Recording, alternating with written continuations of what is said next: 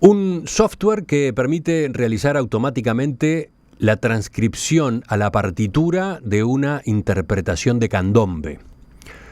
Una tecnología para el envasado de frutas y verduras que extiende la vida útil de esos alimentos. Una aplicación web para el seguimiento de pacientes con insuficiencia cardíaca del Hospital de Clínicas. Estos son apenas 3 stands que pudieron recorrerse entre el jueves y el sábado pasado en Ingeniería de Muestra, la exposición que organizan anualmente la Facultad de Ingeniería de la Universidad de la República y su fundación Julio Ricaldoni. Una muestra donde se divulga proyectos de investigación y también desarrollos ya aplicados a la realidad nacional, todos ellos creados por alumnos y docentes. Ustedes deben recordar que el viernes, en su crónica, Rosario Castellano les pintaba una síntesis de lo que había visto el jueves durante su visita. Bueno, hoy vamos a conversar aquí en estudios con algunos de los protagonistas de este encuentro. Están con nosotros la ingeniera Julieta López, directora ejecutiva de la Fundación Ricaldoni. Buen día, Julieta. Hola, buenos días. Y también están los referentes de 3 de los proyectos que yo mencionaba. Sofía Barrios, buen día. Hola, buenos días. Magdalena Fuentes, ¿qué tal? ¿Qué tal? Y Alejandro Cardone, bienvenido. Hola, buenos días.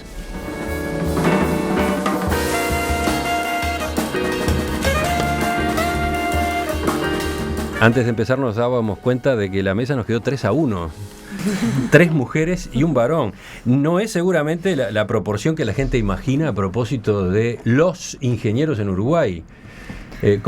Julieta, ¿ustedes tienen números de esa distribución? Mira, yo recuerdo, yo soy ingeniera hidráulica y entré en el año 92 a la facultad. Y cuando entré en los primeros años, justamente se veía eso que tú decís, que la mayoría eran hombres y éramos pocas mujeres. Sin embargo, después cuando uno se iba yendo hacia las ramas más específicas, como sería el área de civil, y dentro de civil la hidráulica, terminamos siendo mitad y mitad. Hoy hay más mujeres de lo que había antes. Yo cifras no recuerdo, la decana hace poco mencionaba algunos de esos porcentajes, pero todavía sigue siendo minorías las mujeres, pero con el tiempo va creciendo, bueno, capaz que más adelante podemos llegar a equiparar. Capaz que esta misma entrevista genera algún empujón más en esa dirección. Se puede, las mujeres pueden hacer ingeniería. No, empecemos viendo lo que creo que los oyentes necesitan saber para entender lo que viene luego. ¿Qué es la Fundación Julio Ricaldoni? Bueno, te cuento, la fundación fue creada por la Facultad de Ingeniería en el año 2003 y con la idea de ser un puente o una oficina de vinculación entre las actividades que se hacen en la facultad y lo que es la sociedad. La sociedad entendía en el sentido amplio de vincular los grupos de investigación con el sector productivo, sean empresas públicas, industria, organizaciones privadas, para tratar de que lo que se hace a nivel de investigación pueda tener su aplicación a solución de problemas reales de nuestra sociedad. Uh-huh. Y desde esa posición, la Fundación tomó como una de sus actividades importantes la de la muestra, la ingeniería de muestra. Bueno, la Fundación colabora muy activamente en la organización de la muestra desde sus inicios.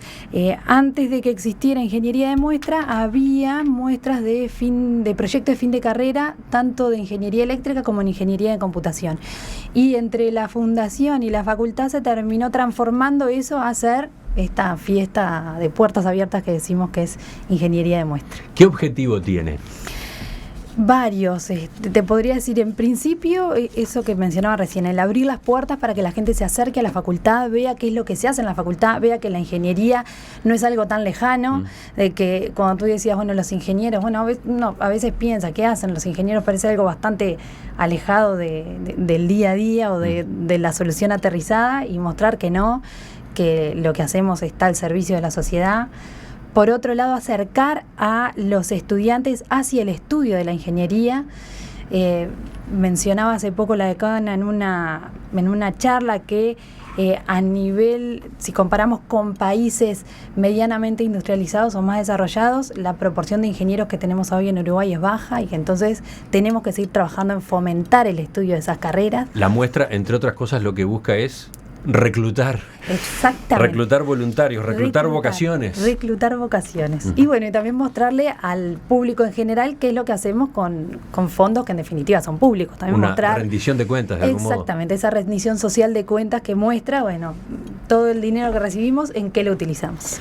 También sirve para eso que tú mencionabas a propósito de la Fundación Ricaldoni, fomentar, acercar el vínculo entre lo que se hace adentro de la facultad y, por ejemplo, los sectores productivos.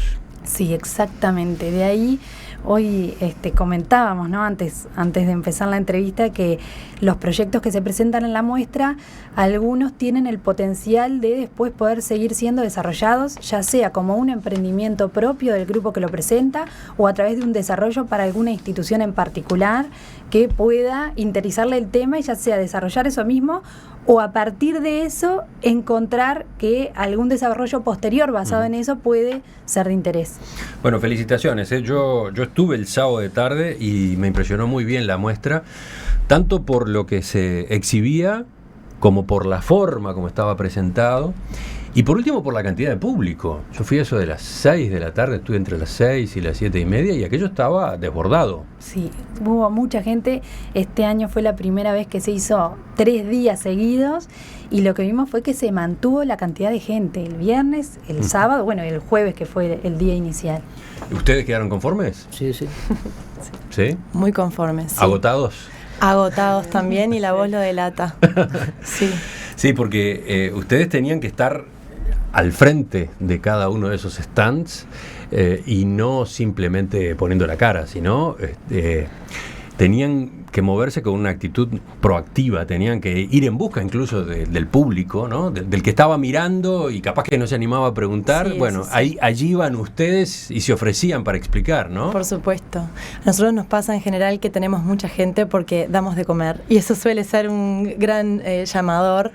Y bueno, eso lo bueno que tiene es que la gente la tienes ahí, pero sí, muchas veces se quedan mirando el póster y tú tienes que intervenir para motivarlos a que pregunten, porque siempre está eso como el acercamiento, pero con timidez, sobre todo la gente joven también, o a veces los padres vienen con los hijos y dicen, preguntá, no mamá, callate, y viste, pero uno tiene que funcionar de nexo, de vínculo. Pasaron por un entrenamiento en comunicación, veía, ese fue uno de los pasos previos. Hubo un curso, yo en particular no fui, Sí, yo tampoco. Pero hubo un curso de parte de la organización. Sí, se trataba de que fueran capaces de explicar de manera breve, concisa.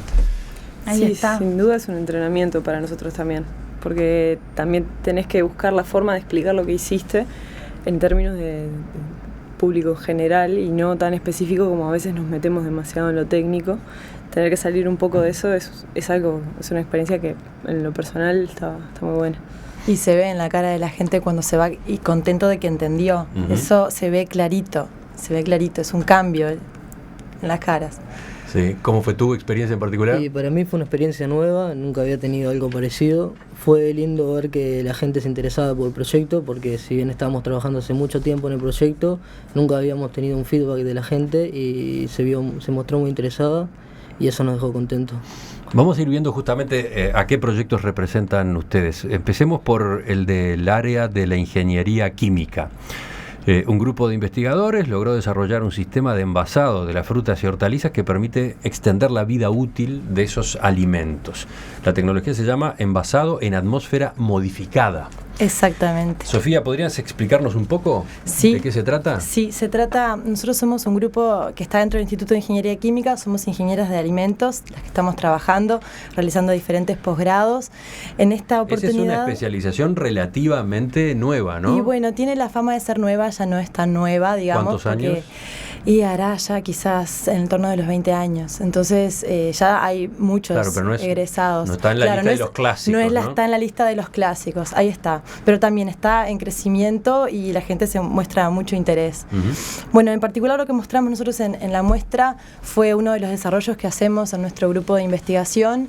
Es el desarrollo de productos en bases a frutas y hortalizas que están prontos para consumir. Son productos frescos, prontos para consumir. Son frutas y verduras que han sido lavadas, desinfectadas, peladas o cortadas, dependiendo del caso, y que la idea es que esté pronta para abrir el paquete y comerlo, o si no, cocinarlo en casa. Y esto responde a una demanda que existe y que está comprobada, porque aparte de hecho estos productos tú los puedes encontrar en un supermercado, de la gente que quiere alimentarse más saludablemente, pero a veces da pereza pelar, cortar la fruta, o simplemente no podemos porque estamos en la vuelta. Entonces, bueno, todo el tema de las meriendas saludables. Entonces, si bien estos productos tú los puedes encontrar en un supermercado, en general son productos que les falta diseño, les faltan estudios formales que permitan garantizar que los productos que estamos envasando, es decir, las frutas y verduras que están adentro de esos envases, van a tener una vida útil adecuada. O sea, ya existe ese envasado, existe. Tú lo puedes Esas encontrar. formas de envasado existen, estamos acostumbrados a verlas todo el tiempo. Exacto. Desde vasitos de plástico Exacto. hasta, no sé, bolsitas fundas con ensaladas de prontas nylon. o verdura pronta para hacer la sopa, fruta para comer en el momento. El tema es que yo te digo, en general esos productos tienen muy corta vida útil. ¿Qué pasa? Cada vez que tú lavas, desinfectas, cortas o pelas, lo que estás introduciendo en la fruta y en la verdura es un estrés, fundamentalmente porque rompes tejidos. Entonces ese producto va a durar mucho menos que el producto entero. Y si tú no diseñas adecuadamente el producto, va a tener una vida útil muy corta, 1, 2, 3 días a lo sumo.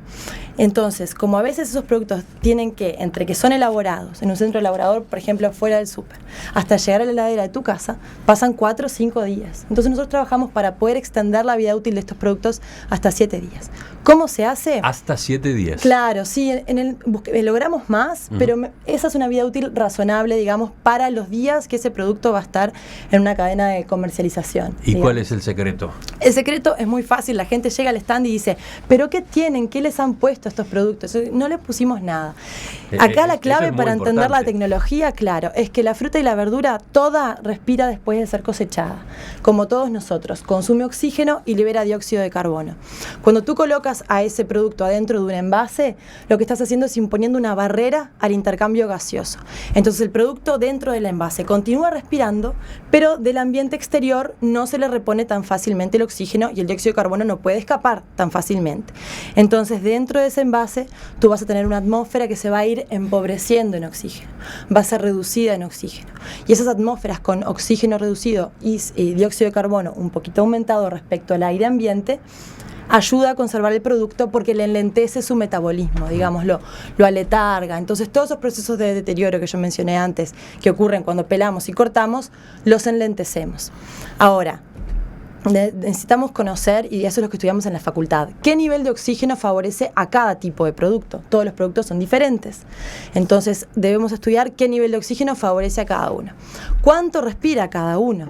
Si respira mucho, si respira poco, porque en función de eso es el envase que vamos a colocar.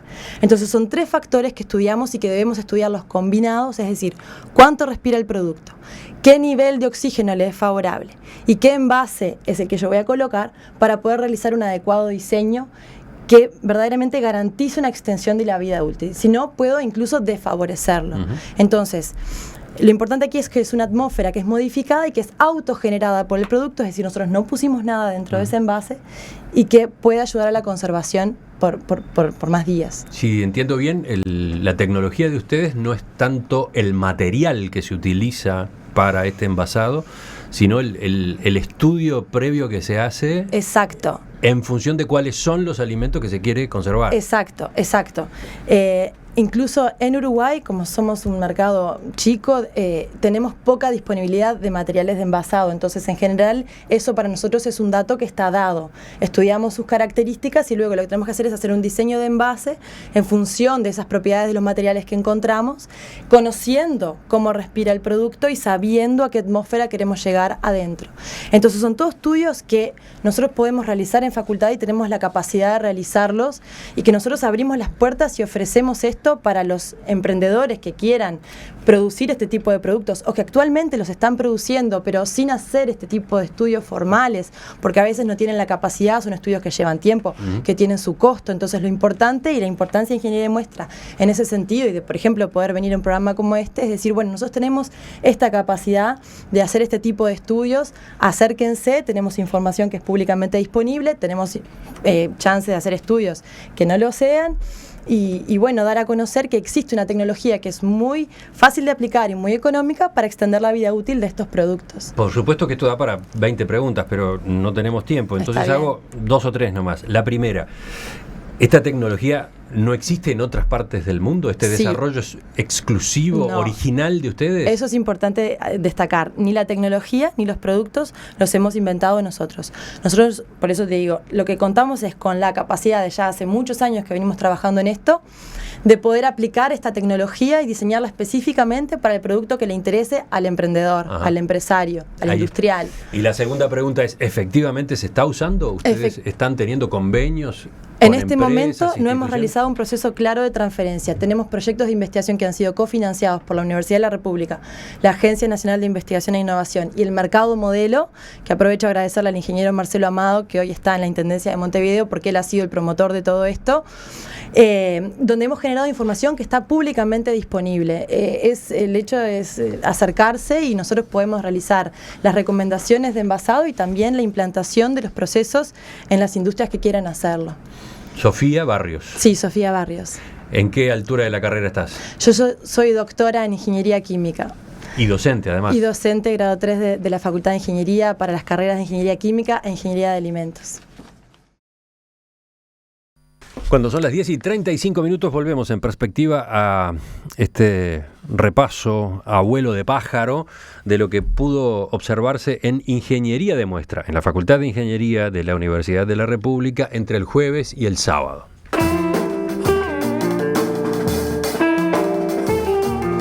Estamos con la ingeniera Julieta López, que es directora ejecutiva de la Fundación Julio Ricaldoni, de la Facultad de Ingeniería, y estamos con representantes de 3 de los 100 stands que había para mirar.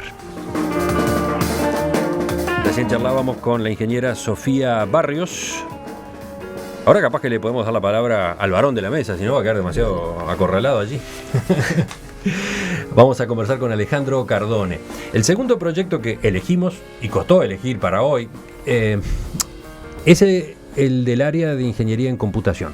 Alejandro está desarrollando junto a 2 compañeros una aplicación web llamada Sistema Multidisciplinario de Insuficiencia Cardíaca, CIMIC, para hacer el seguimiento de los pacientes del Hospital de Clínicas que padecen insuficiencia cardíaca. ¿Podemos explicar brevemente de qué se trata? Bueno, como tú decías, este proyecto ya nació con un cliente que va a ser la UMIC, la Unidad de Insuficiencia Cardíaca del Hospital de Clínicas.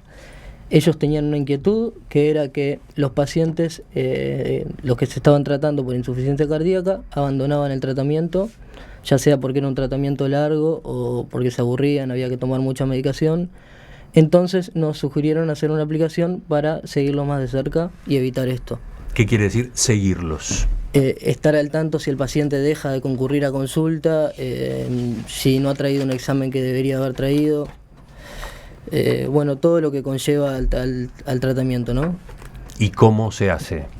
Bueno, lo que nosotros ofrecemos es una especie de historia clínica donde se ingresan los tratamientos que está realizando el paciente, las enfermedades que tiene, tenemos un registro de los exámenes que se tiene que hacer y de los que ya realizó, y luego el médico configura alertas en base a estos datos y dice cuándo desea ser alertado. Por ejemplo, como decía recién, cuando un paciente deja de concurrir a consulta por determinado tiempo, cuando tiene que traer un examen. Pero, entonces, el que recibe la alerta es el médico, el médico tratante. El médico tratante, para saber que hay pacientes que no están cumpliendo con el tratamiento y ahí él toma la decisión de comunicarse con ellos, o el sistema también puede realizar alguna acción automática como enviarle al paciente mediante una aplicación móvil que debe concurrir a consulta o que debe tomar determinada medicación.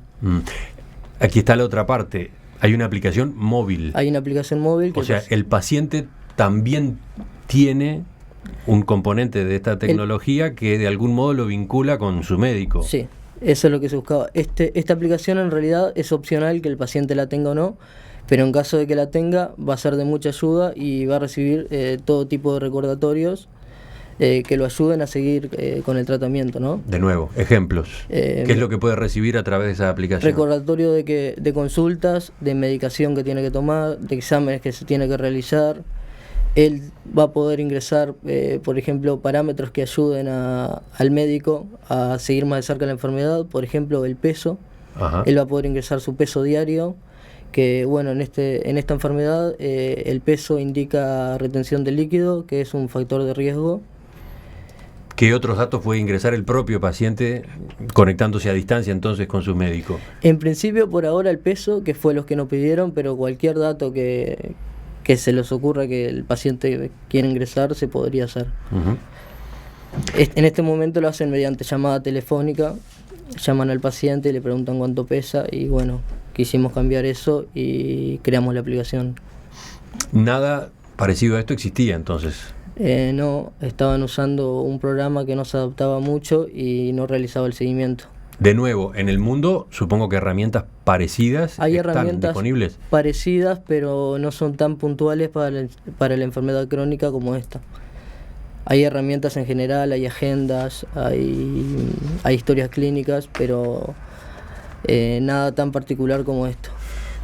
Por lo que tú mismo señalabas, acá estamos hablando de algo, de un desarrollo que ya está coordinado con una institución y ya está en proceso de puesta en marcha. Ya está coordinado, estimamos terminarlo para fin de año, principio de año que viene. Hoy no se está usando todavía, ni siquiera No en se esta está- fase experimental. No se está usando, sí estamos teniendo contacto con LUMIC, ellos lo están probando, nos están dando un feedback y nosotros sobre la marcha vamos ajustándose algunos parámetros para satisfacer al cliente, ¿no? ¿Cuántas personas han intervenido en este proyecto en particular? Estudiantes somos 3 de ingeniería en computación, luego está el tutor y hay 2 médicos responsables de la UMIC y bueno, seríamos un grupo de 5 personas. ¿Esta tecnología se vincularía de algún modo con el proyecto de la historia clínica electrónica que impulsa el gobierno? Sí, ese proyecto lo que busca es que cada mutualista tenga su propia historia clínica digital, pero que sea interoperable con las otras. O sea, si bien no va a estar toda la historia clínica centrada en un solo lugar, sí se van a poder comunicar entre ellas. Para eso lo que tienen que hacer las aplicaciones es generar un tipo de documento que pueda ser leído, o sea, un documento con un formato estándar que pueda ser leído por esa historia. Y es lo que hacemos nosotros. Cada vez que hay una instancia en que se debe abordar algo en historia clínica, generamos este tipo de documentos. ¿Se puede extender su uso luego a otras instituciones? Porque este Sí. trabajo lo están haciendo ustedes con el Hospital de Clínicas en particular. Por Con eso el pregunto. hospital de clínica en general, sí, se podría extender para cualquier institución que desee tenerlo. Y también es configurable, o sea, se podría usar para otras enfermedades crónicas, por ejemplo, diabetes. Ujú. Me pregunto si acá en algún momento entra en juego la necesidad de una patente. ¿Qué dice Julieta López? Y bueno, nosotros, a ver, todo lo que se desarrolla en la Facultad de Ingeniería a nivel de proyectos, sea estudiantil, a nivel de investigación, se rige por una ordenanza de propiedad intelectual que tiene la universidad, en donde se define de quién es la propiedad intelectual y en caso de haber patentes o desarrollar algún sistema de protección que implique regalías, cómo es esa distribución. Muchas veces lo que sucede es que una vez que se termina el proyecto, se sigue haciendo un desarrollo, por lo cual en ese producto final hay que estudiar un poquito cuánto corresponde a lo que se hizo en la universidad y cuánto corresponde a lo de después.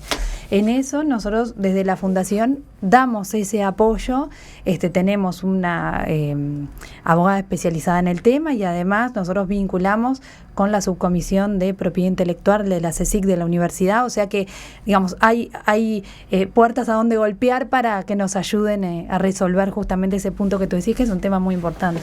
Bueno, y para terminar, veamos el tercer ejemplo, que en este caso quizás puede sorprender todavía más a los oyentes, ¿no? La ingeniería mezclada con la música.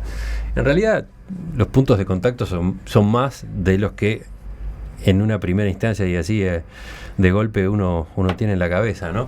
Pero este proyecto del que vamos a hablar ahora tiene que ver con el candombe, nada menos. Son 3 estudiantes que diseñaron un programa que facilita la transcripción musical de interpretaciones de candombe, o sea, la traducción de la interpretación musical a un papel, bueno, o a un archivo digital, a una partitura, digamos, ¿no? Esto no existía hasta ahora. ¿Cómo se hacían o cómo se hacen hoy las transcripciones de candombe? Bueno, en realidad hay pocas transcripciones de candombe hechas porque el candombe es una música popular, callejera, y no es algo que se estile aproximarse al candombe desde un punto de vista académico, musical, ¿no? En ese sentido, la gente que toca es un lenguaje que se pasa de generación en generación o boca a boca, digamos. Entonces no hay una escuela de transcribir. Sí hay algunas transcripciones hechas por gente de la escuela de música, en donde hay una pata en el proyecto, que desde el punto de vista musicológico les interesó estudiar y hicieron transcripciones, pero son muy pocas. Entonces, en ese sentido, también era un poco interesante poner a disposición una herramienta que hiciera automáticamente ese trabajo, que si una persona se siente a hacerlo es bastante costoso, porque no es muy fácil de escuchar o ver a una persona, sobre todo tocando repique, y transcribirla. Uh-huh. ¿Cómo es que ustedes hacen este proceso? ¿Dónde están los secretos? Bueno, la transcripción la hicimos a partir de audio y video, que eso también era un poco de interés del proyecto.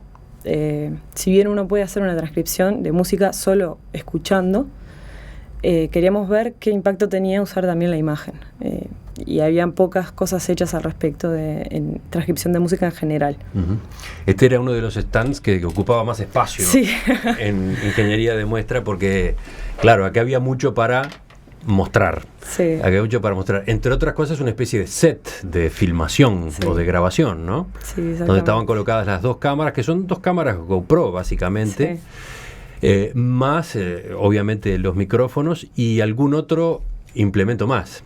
Sí, habíamos puesto también, ya que para el proyecto tuvimos que hacer unas bases de datos porque no habían grabaciones de candombe como para que pudiéramos entrenar los algoritmos que estábamos desarrollando.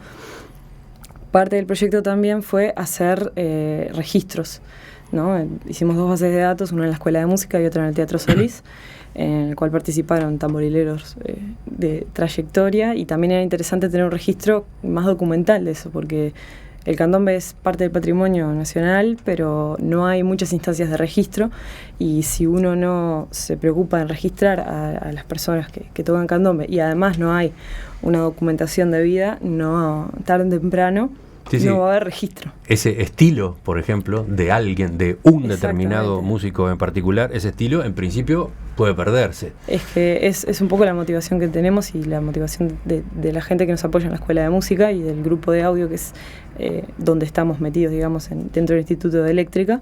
Es eso, ¿no? O sea, hace años el toque de Palermo, de Barrio Sur, no es lo mismo que era ahora, y no va a ser lo mismo dentro de unos años tampoco, y el fomentar, hacer herramientas o conseguir fondos, porque nos financió CSIC para hacer esta investigación, en ese sentido es algo que nosotros consideramos que contribuye. Entonces, las grabaciones de video que ustedes hicieron, para empezar, tienen esa ventaja, tienen esa utilidad.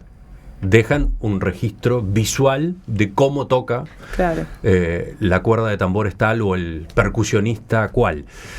Pero además, ese video es una herramienta, es un insumo para el sistema informático. ¿Cómo se pasa de una cosa a la otra? ¿Cómo se pasa a la transcripción después? Transcripción, bueno, una vez que se le pasa un video al sistema, se procesa por separado el audio y el video, y en cada uno se saca información relevante acerca de los tipos de golpe, ¿no? Uno, para transcribir un tambor, dice qué tipo de golpe hizo. Si pegó con el palo, con la mano, en el borde, rebotado, ese tipo de cosas. Entonces, para poder hacer esa transcripción en el video... En el tambor hay una cantidad de golpes posibles, ¿no? Claro. Tú estabas mencionando algunos. Tomamos algunos. En la madera de la propia caja, en la lonja, pero a su vez con la mano, con el palo, etc. Exacto.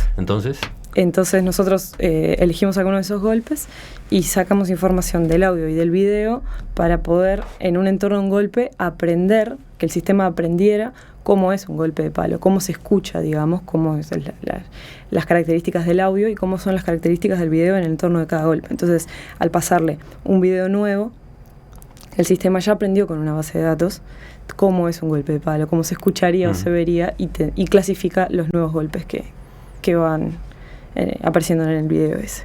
Entonces la idea era esa, ¿no? Tener una herramienta funcionando que permitiera realizar esa transcripción. Y la han verificado. Sí. Hicieron un chequeo, ¿no? Sí. Con transcripciones convencionales. Exacto, lo que para hacer ese chequeo sí hubo que sentarse, no lo hicimos nosotros, pero nuestro tutor y gente de la escuela de música se sentó a etiquetar a mano los videos que usábamos, y contra eso fue que contrastamos. ¿Y cómo les dio? Porque vi los porcentajes, estaban expuestos allí. Hicimos las pruebas para las 3 cosas, lo que te decía, de que puedes hacer la transcripción con el audio, con el video por separado, y contrastamos esas transcripciones usando solo audio y video contra la transcripción multimodal, le llamamos nosotros. ¿Y les dio por arriba del 90%? En general nos dio en el multimodal por arriba del 90% de los golpes, y en las otras un poco menos, y en los casos en el que uno o el otro no funcionaba, el multimodal siempre mejora la performance, digamos. Entonces, ¿ahora cómo sigue este proyecto? Y ahora quedaron como trabajo pendiente un poco, primero publicar y difundir, que es un poco lo que estamos haciendo, y ahora tenemos un congreso de reconocimiento de patrones y hubo bastante cosa metida de Machine Learning también. Y bueno, como el proyecto fue una cosa completa, desde hacer la base de datos hasta el sistema de transcripción, hay varias etapas intermedias que exploramos, como por ejemplo reconstrucción 3D, que no terminamos usando porque el tiempo era el de un proyecto de grado. Podría seguirse por ese lado, estamos también algunos ya haciendo posgrado, entonces vamos a ver cómo se sigue, quién agarra qué parte, como para mejorar o incluir cosas que no dio el tiempo, digamos. Pero en este caso ya está todo encaminado a la puesta en práctica, sobre todo porque además hay un convenio entre 2 instituciones de la propia Universidad de la República. Sí, o sea, el sistema está, y nuestro tutor está haciendo una línea de investigación al respecto de candombe, y parte también de la información que nosotros generamos, no solo la partitura, sino el describir las características, o sea, el candombe en términos de máquinas, digamos, es útil para el desarrollo de otros algoritmos después.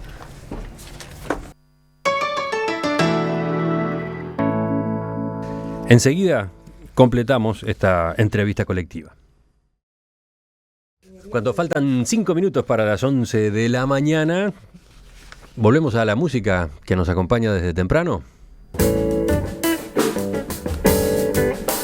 Seguimos con la música de Melchaca, este grupo que hoy se presenta a las 9 de la noche en la sala Zabala Muniz del Teatro Solís. Y seguimos, o mejor dicho, vamos a redondear esta mesa que hemos conformado con Julieta López, directora ejecutiva de la Fundación Julio Ricaldoni, ingeniera; Sofía Barrios, ingeniera de alimentos y doctora en ingeniería química; Alejandro Cardone, estudiante de ingeniería en computación; Magdalena Fuentes, ingeniera eléctrica y además asistente de la cátedra de física en Facultad de Ingeniería, asistente además del estudio de música electroacústica de la Escuela Universitaria de Música. Con ellos hemos estado repasando algo de lo que pudo verse en Ingeniería de Muestra, la exposición que se extendió entre jueves y sábado, allí en el Parque Rodó, a propósito de la cual tengo varios mensajes de oyentes. Por ejemplo, dice primero corresponde felicitar por la idea, segundo, qué corta que fue. ¿Manejan la posibilidad de extenderla más? Hasta el año pasado eran 2 días de muestra. Este año, cuando se empezó con la organización, se planteó el extender, y algunas personas planteaban, bueno, podríamos plantear 4 días. Y cuando dijimos 4 días, desde el comité de organización casi que infartan. Porque, claro, lo que uno ve cuando va a la muestra, que es lindo tener más tiempo, desde la organización y las personas que están en el stand, se hace bastante pesado, porque el propio desarrollador es el que está en el stand explicando lo que hizo. Entonces, digamos que ya 3 días me parece que fue un buen balance entre las 2 patas. No sé si para el año que viene se podrá pensar en más tiempo. Después viene este mensaje de alguien que cuenta que la hija está cursando 6º de ingeniería en un liceo del interior del país. Está bastante desorientada sobre qué es lo que va a hacer el año que viene dentro de las matemáticas, qué es lo que le gusta. Me enteré escuchando la radio que estaba esta muestra, y así que fui el sábado. Nos encontramos con algo que no imaginábamos. Hablo de lo que ocurrió, por ejemplo, en el contacto con los estudiantes. Mi hija pudo sentir mucho apoyo. Estudiantes que venían del interior también. Lo que más le da miedo es el cambio de una escuela y liceo público del interior a esa facultad que por lo general es un cuco. Pero bueno, salimos encantadas. ¿Qué comentario les merece una situación como esta? Y bueno, yo a ver, si el cambio sin duda desde secundaria a la universidad, cualquier carrera que uno haga, es cierto que tiene su impacto, ¿no? Hay un cambio ahí. Pero a nivel de ingeniería yo creo que se puede. Hay que pensar que como cualquier otra carrera, la clave está en estudiar, en dedicar, en el tesón, y con eso se sale adelante. Así que que no se asuste, que se puede. Y ese cambio interior, facultad en Montevideo. Sin duda que es un cambio. También yo voy a agregar a lo que dice Julieta, tienen que encontrar en los docentes también el apoyo. La facultad está cada vez más consciente de que eso es una realidad que viven muchos estudiantes, y yo en general a veces participo de las actividades introductorias de la facultad para los estudiantes que empiezan en primero, y siempre les digo, buscan a los docentes también, busquen en ellos el apoyo. No entienden, pregunten, muévanse. La facultad es mucho de forjarse uno mismo, su carrera y su futuro. Sin duda que la perseverancia es el valor que más hay que tener. Si uno está convencido, tiene que seguir para adelante. Y yo le preguntaría a cualquier universitario, si mira para atrás, es una de las etapas más lindas de su vida. Entonces, sin duda que el que tiene el convencimiento de que quiere hacerlo, tiene que perseverar. ¿Están preparándose ya para la próxima? ¿Todos van a participar en la que viene o no? ¿O ya no les toca? ¿Cómo es? Depende. Capaz que por el lado de docencia sí.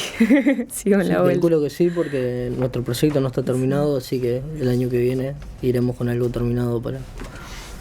Julieta, ¿algo que estén previendo para el año que viene? Y mira, siempre pasa que cuando termina la muestra, el sábado, después que se terminó de desarmar todo, que siempre se hace una reunión entre el comité de organización, ya ahí empezaban a pensar, y para el año que viene podríamos hacer esto, y para el año, o sea, ya ahí empiezan a surgir nuevas ideas, que no las voy a decir así, la gente va el año que viene a vernos. Julieta López, Sofía Barrios, Alejandro Cardone, Magdalena Fuentes, gracias por visitarnos esta mañana. Suerte con cada una de las iniciativas que tienen entre manos. Bueno, muchas gracias por la invitación. Gracias.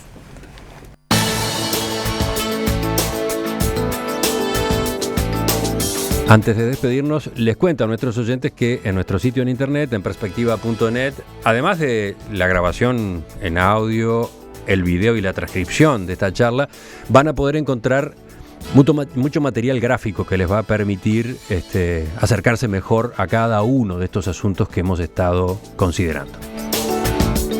La invitación es para que nos reencontremos mañana cuando sean las 7 para seguir observando el Uruguay y el mundo en perspectiva.